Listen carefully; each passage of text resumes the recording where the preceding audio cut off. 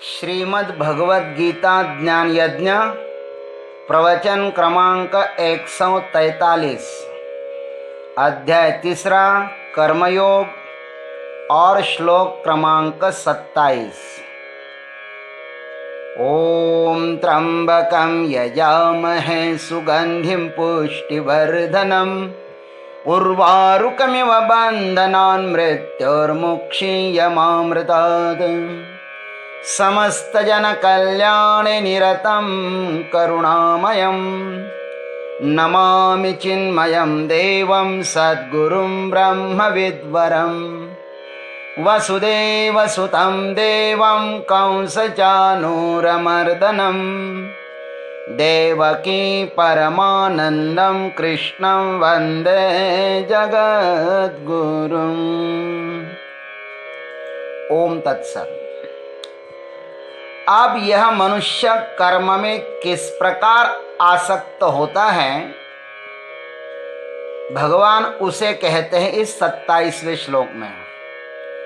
प्रकृतिः क्रियमाणानि गुणैः कर्माणि सर्वशः अहंकार विमूढात्मा कर्ताहमिति मन्यते। अन्वयार्थ। सर्वशः कर्माणि प्रकृतेः गुणैः क्रियमाणानि सन्ति। वास्तव में समस्त कर्म सब प्रकार से प्रकृति के गुणों के द्वारा किए जाते हैं।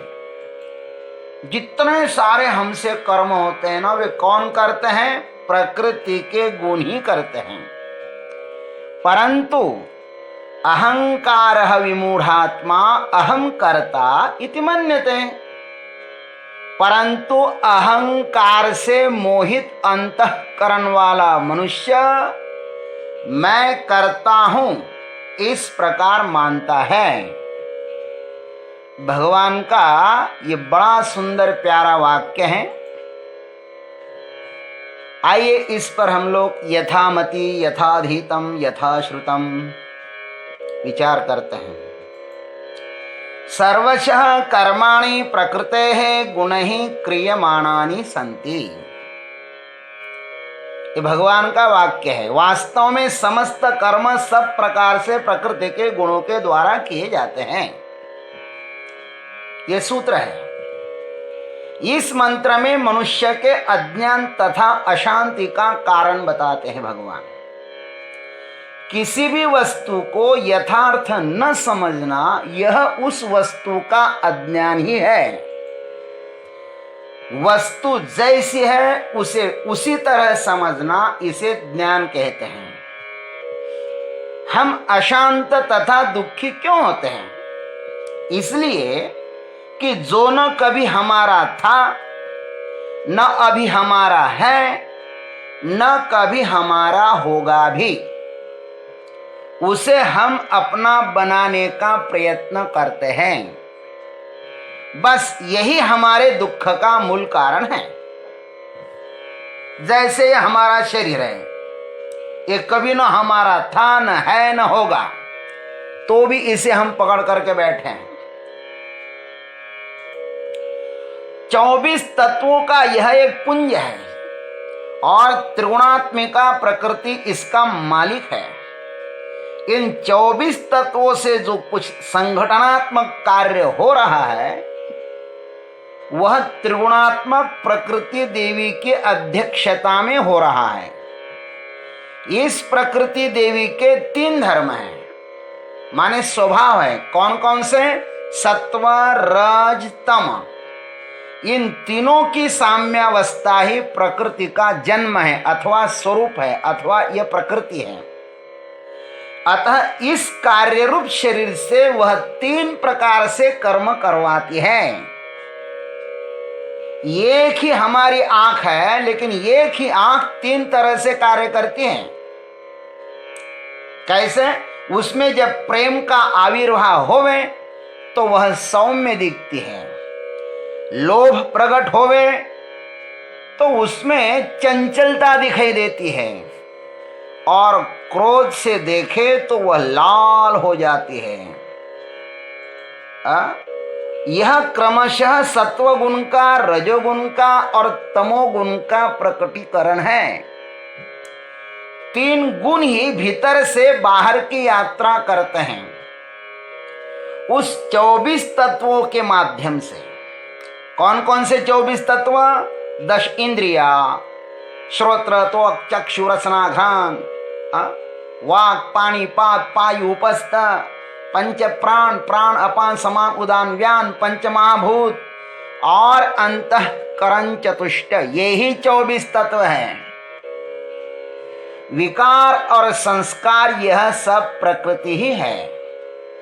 काम, क्रोध, लोभ, ईर्ष्या, द्वेषादि इन सब का प्रेरक है प्रकृति, और इस प्रकृति का भी मालक है परमात्मा। परमात्मा की अध्यक्षता में ही प्रकृति कर्म करती है। परमात्मा की अध्यक्षता से ही प्रकृति से यह प्रपंच प्रसूत हुआ सा प्रतीत होता है। यथार्थ नहीं कहा जा सकता कि यह प्रपंच है भी या नहीं भी। इस प्रपंच के विषय में बहुत बड़े बड़े ज्ञानियों को संदेह होता है भी या नहीं भी। इसमें 2 सिद्धांत है। जिसने इस प्रपंच को परमात्मा की आंखों से देखा वह कहता है कि प्रपंच नहीं है, केवल परमात्मा ही है। सिया राम मैं सब जगत जानी, सब जगह सिया राम भरा हुआ है। विठ्ठल जड़ी स्थली भरला। परमात्मा को देखने की आंख है, और जो प्रकृति के आंखों से देखता है उसे ये प्रपंच सत्य ही प्रतीत होता है। उसको लगता है प्रपंच ही सत्य है। ये 2 दृष्टियां हैं। परंतु अहंकार विमूढ़ात्मा अहम कर्ता इति मन्यते। परंतु अहंकार से मोहित अंतःकरण वाला मनुष्य मैं करता हूं इस प्रकार मानता है। सब कुछ प्रकृति ही कर रही है, किंतु यह जीव अहंकार से मोहित चित्त होकर स्वयं को ही कर्ता मानता है। करती है प्रकृति, श्रेय लेता है जीव, इसलिए यह सुख दुख भी भोगता है। माऊली लिखते हैं, देखे पुढिलांचे ओझे जरी आपुला माथा घीजे तरी सांगे कान दटिजे धनुर्जरा। दूसरों का बोझा हम अपने सिर पर लेवे तो उससे तो अपनी गर्दन में पीड़ा होगी ही ना। प्रकृति की संपत्ति को हम बलात् अपनी कहें तो दुख तो होगा ही। इसलिए जो कुछ इस शरीर से हो रहा है उसको मात्र हम देखें, सिर्फ हम दृष्टा बने। देखें कि आंख देख रही है, पैर चल रहा है, मन दौड़ रहा है, बुद्धि विचार विनिमय कर रही है। मैं कुछ भी करने के लिए स्वतंत्र नहीं हूं। इस परतंत्रता को स्वतंत्रता कहने वाला ही अज्ञानी है।